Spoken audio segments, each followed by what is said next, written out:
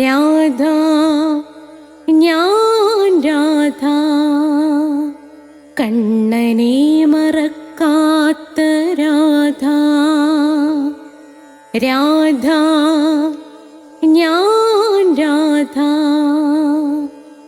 കണ്ണനെ മറക്കാത്ത രാധ. വൃന്ദാവനം നീ മറന്നോ, മധുരയെ നീ മറന്നോ.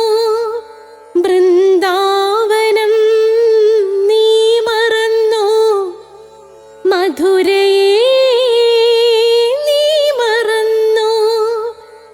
രാധയെ നീ മറന്നോ, കണ്ണാ പൈക്കളെ നീ മറന്നോ.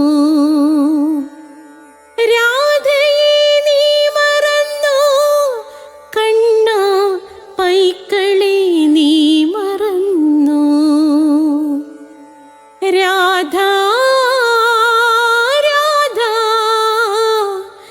രാധ രാധ മറന്നിട്ടും മറക്കാത്ത രാധ. മറന്നിട്ടും മറക്കാത്ത രാധ. രാധേ രാധേ രാധേ രാധേ മറന്നിട്ടും മറക്കാത്ത രാധ. മറന്നിട്ടും മറക്കാത്ത രാധ.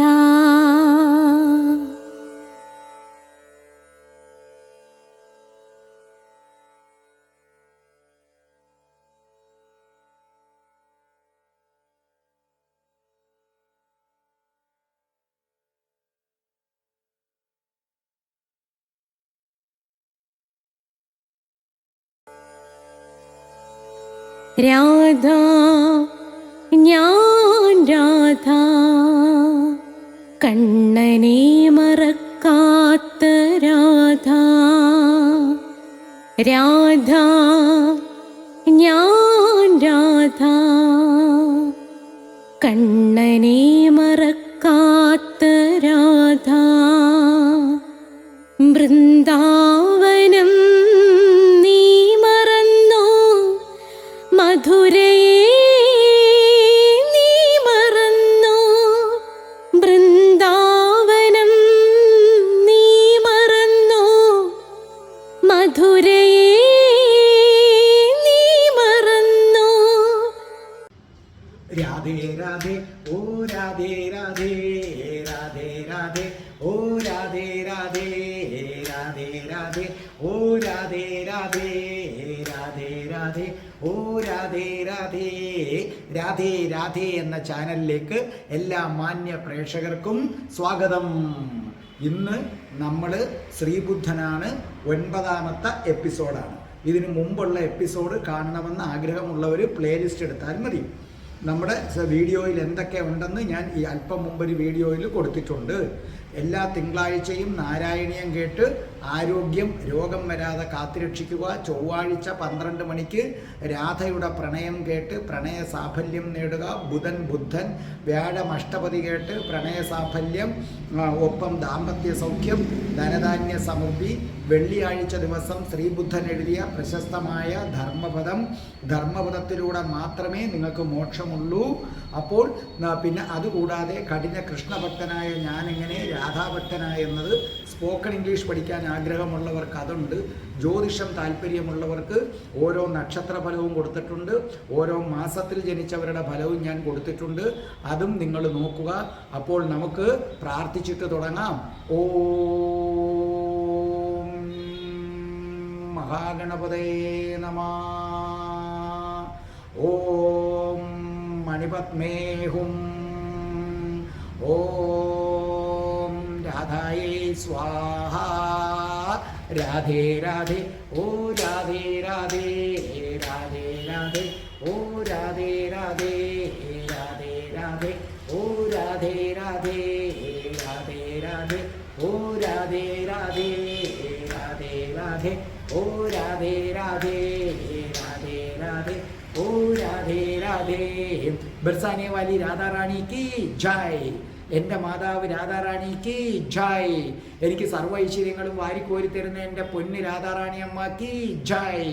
എന്നെ രോഗങ്ങളിൽ നിന്ന് മോചിപ്പിക്കുന്ന രാധാറാണി അമ്മ കി ജയ്.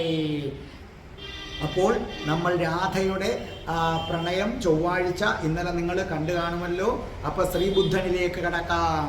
ശ്രീബുദ്ധൻ വിചാരിച്ചു, എന്ത് സംഭവിച്ചാലും ശരി, ഞാനിനി ഈ പ്രപഞ്ചത്തിൻ്റെ സത്യമെന്തെന്ന് കാണാതെ ഇവിടെ നിന്ന് എഴുന്നേൽക്കുകയില്ല.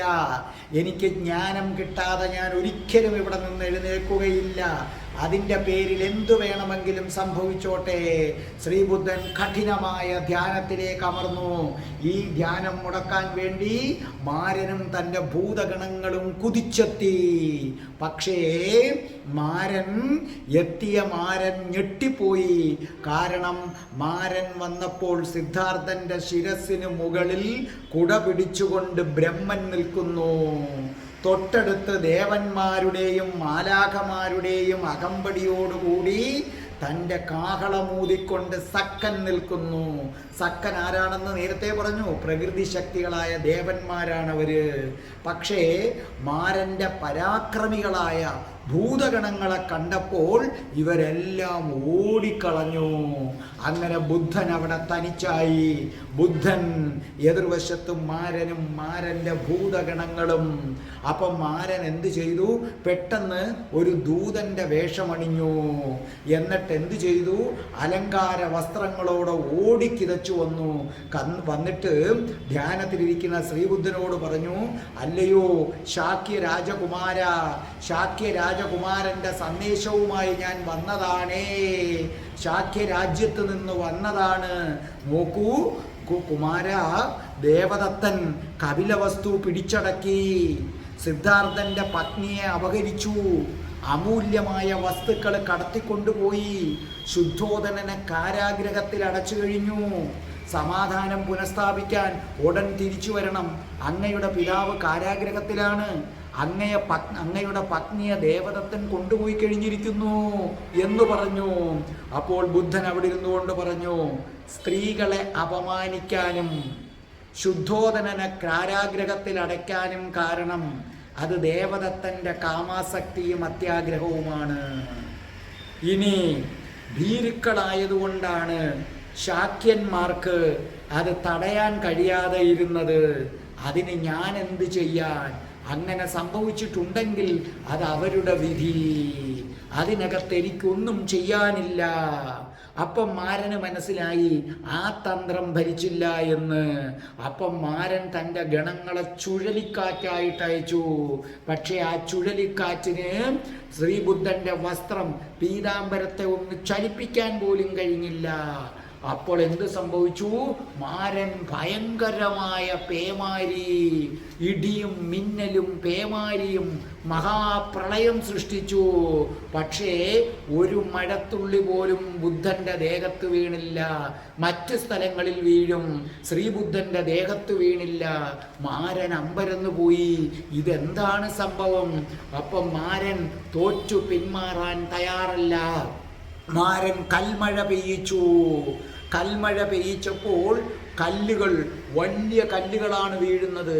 പക്ഷേ സിദ്ധാർത്ഥ രാജകുമാരൻ്റെ അടുത്തെത്തുമ്പോൾ അത് പൂക്കളായി മാറുന്നു.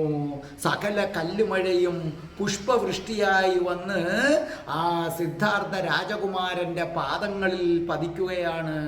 അപ്പം എന്ത് ചെയ്തു? വിഷം പുരട്ടിയ ആയുധങ്ങൾ അതങ്ങോട്ട് അയക്കാൻ തുടങ്ങി.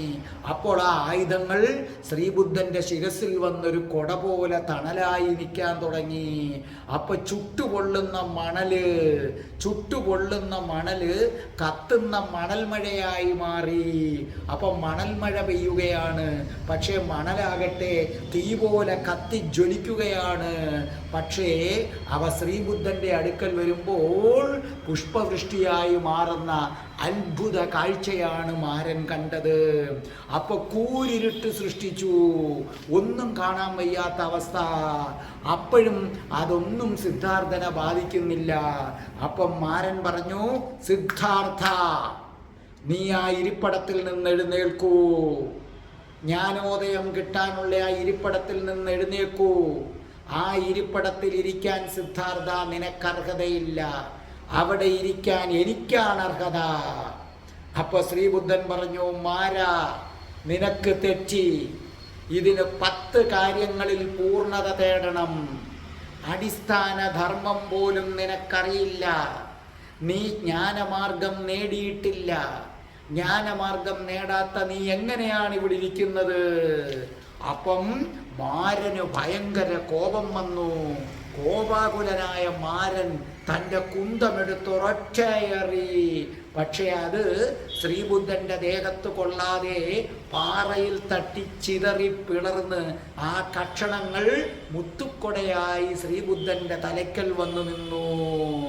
അപ്പൊ എന്ത് സംഭവിച്ചു? ഭൂതഗണങ്ങള് വലിയ കല്ലുകൾ അങ്ങോട്ട് ഉരുട്ടിവിടാൻ തുടങ്ങി.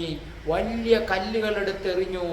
ആ കല്ലുകൾ സിദ്ധാർത്ഥന്റെ അടുക്കൽ വന്നപ്പോൾ പൂമാലയായി വീണു.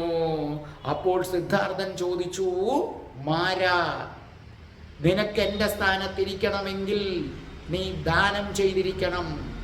നിനക്ക് ജ്ഞാനോദയം കിട്ടണമെങ്കിൽ നീ ദാനം ചെയ്തിരിക്കണം. സിദ്ധാർത്ഥ, നീ ദാനം ചെയ്തതിന് ആരാണ് സാക്ഷി? അപ്പൊ ഭൂതഗണങ്ങൾ എല്ലാരും കൂടെ പറഞ്ഞു, ഞങ്ങളാണ് സാക്ഷി, ഞങ്ങളാണ് സാക്ഷി.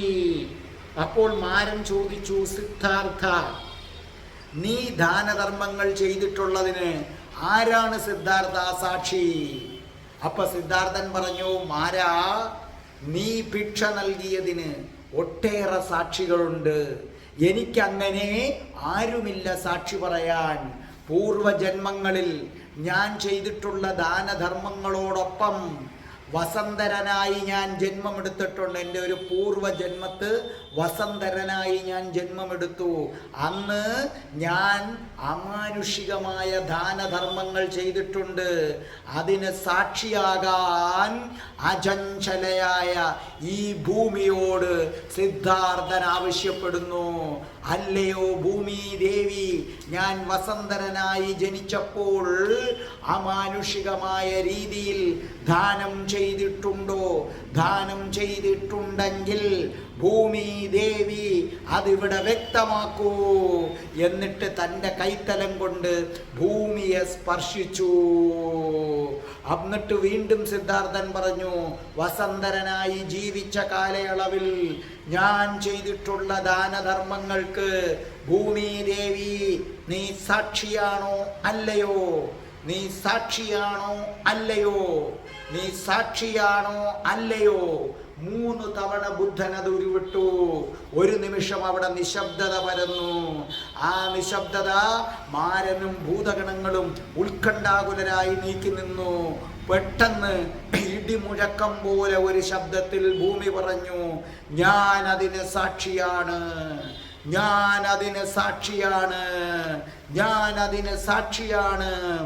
ആ ക്ഷണത്തിൽ മാരന്റെ ആന ആരാധനയോടുകൂടി താണു വണങ്ങുകയാണ് ശ്രീബുദ്ധനെ.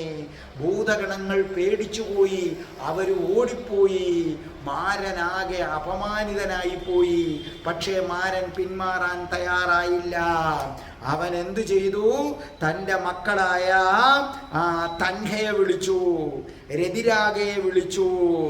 അപ്പോൾ അവൻ തൻ്റെ പെൺമക്കളായ തൻഹയെയും രതിയെയും രാഗയെയും എന്ന പെൺമക്കളെ വിളിച്ചിട്ട് പറഞ്ഞു, വശീകരണ നൃത്തം നടത്താൻ പറഞ്ഞു. അപ്പോൾ അവരെന്ത് ചെയ്തു?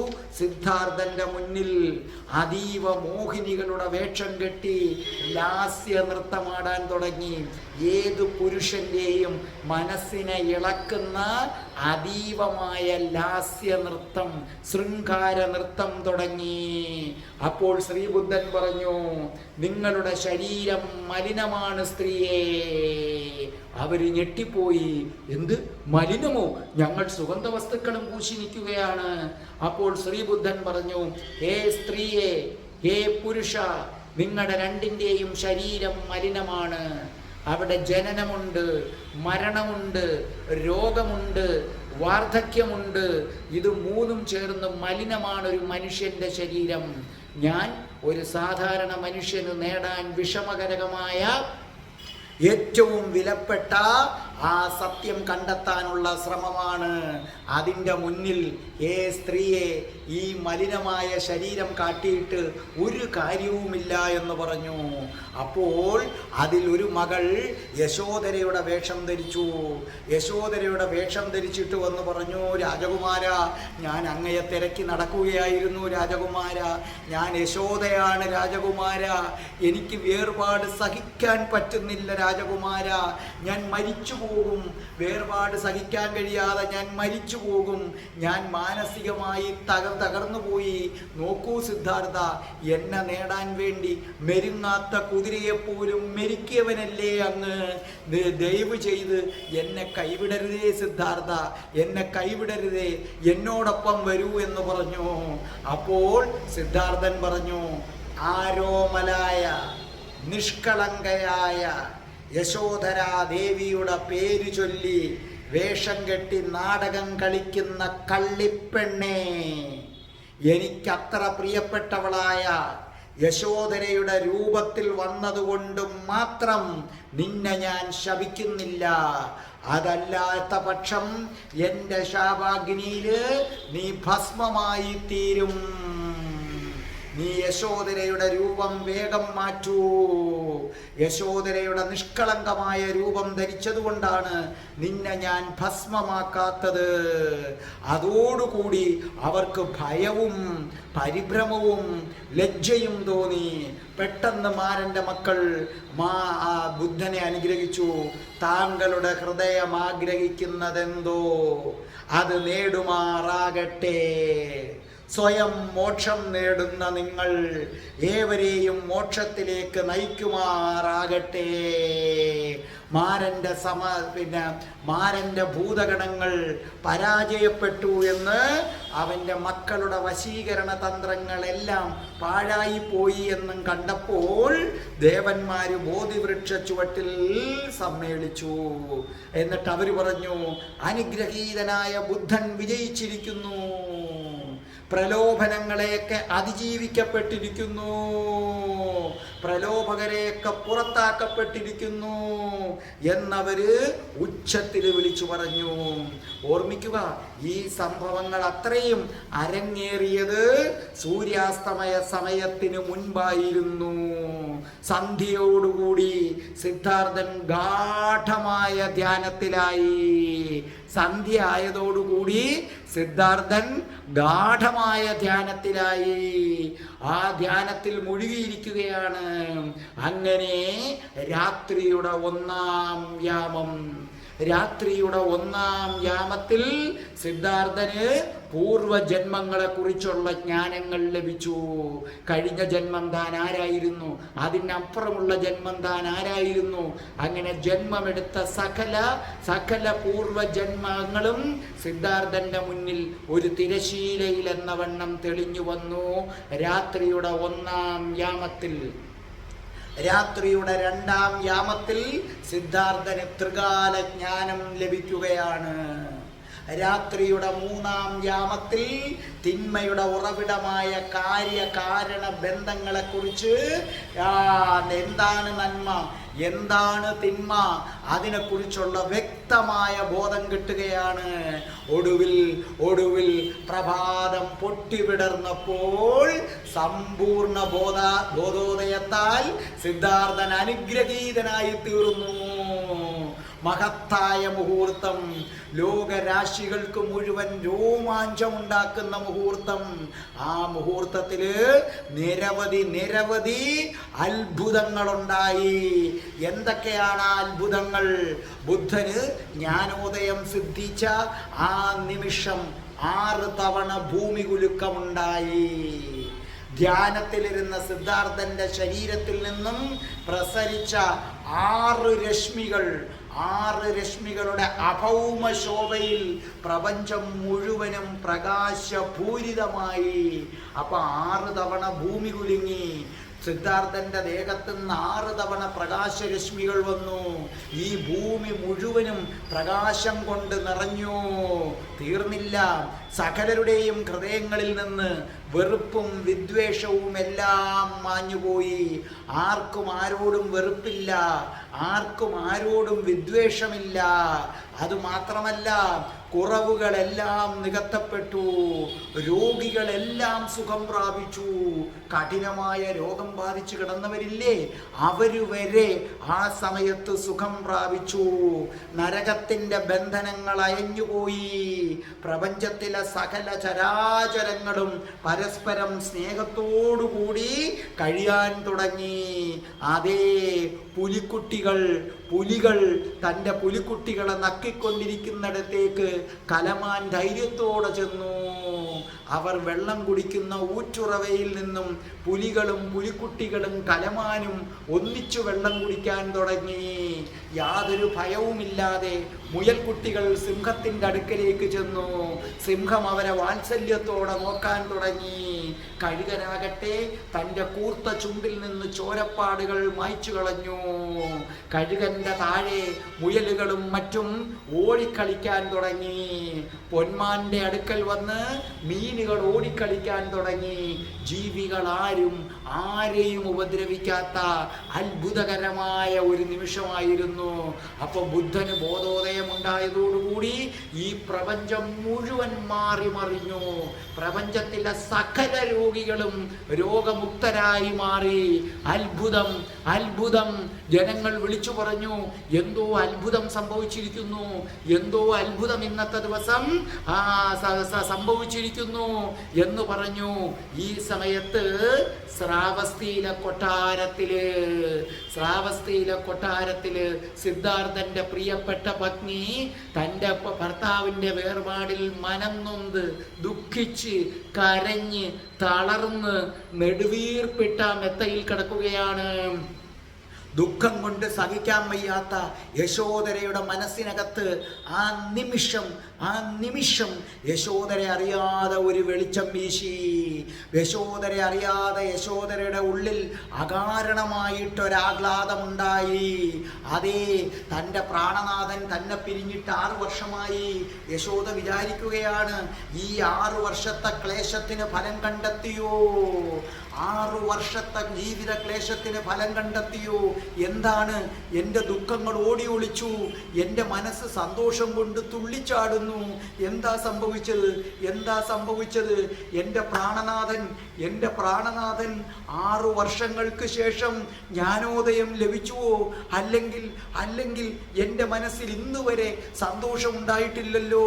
വല്ലാത്ത ഒരാഹ്ലാദം, ശുദ്ധോദനാഹ്ലാദം, കൊട്ടാരം മുഴുവനും ആഹ്ലാദം. അതേ, ശ്രാവസ്തിയിലെ ജനങ്ങളുടെ മനസ്സിൽ നിറയെ സന്തോഷം. ആകാശമാകെ സ്വർണപ്രഭ. ജനങ്ങൾ പറഞ്ഞു, ഓടി വരൂ, ഇതെന്താണ് ആകാശത്ത് കാണുന്നത്? ആകാശം മുഴുവനും സ്വർണപ്രഭയിൽ കുളിച്ചു നിൽക്കുകയാണ്. ഈ ലോകത്ത് മുഴുവനും ഒരു വലിയ മാറ്റം വന്നിരിക്കുന്നു. എല്ലാവർക്കും മറ്റുള്ളവരോട് സ്നേഹം, വലിപ്പ ചെറുപ്പമില്ലാത്ത സ്നേഹം വന്നിരിക്കുന്നു. ഇതെന്താണ് ഇവിടെ സംഭവിച്ചിരിക്കുന്നത്? ഒരു ലോകാത്ഭുതം സംഭവിച്ചിരിക്കുന്നു, മഹാത്ഭുതം സംഭവിച്ചിരിക്കുന്നു. ആ സമയത്ത് ഇടിമുഴക്കം പോലെ ഒരു അശരീരി ഉണ്ടായി.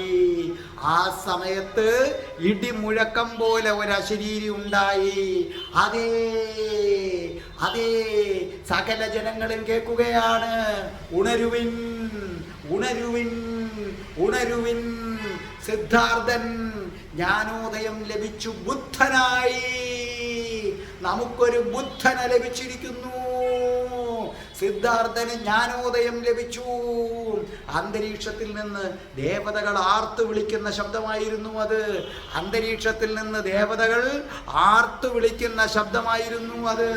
അതേ, സിദ്ധാർത്ഥന് ജ്ഞാനോദയം ലഭിച്ചിരിക്കുന്നു. സിദ്ധാർത്ഥൻ ഇന്നു മുതൽ സിദ്ധാർത്ഥനല്ല, ബുദ്ധൻ, ശ്രീബുദ്ധൻ. ബുദ്ധം ശരണം ഗച്ഛാമി, ധർമ്മം ശരണം ഗച്ഛാമി, സംഘം ശരണം ഗച്ഛാമി. അപ്പോൾ അന്തരീക്ഷത്തിൽ നിന്ന് ദേവന്മാര് പറഞ്ഞു, മാലോകരേ,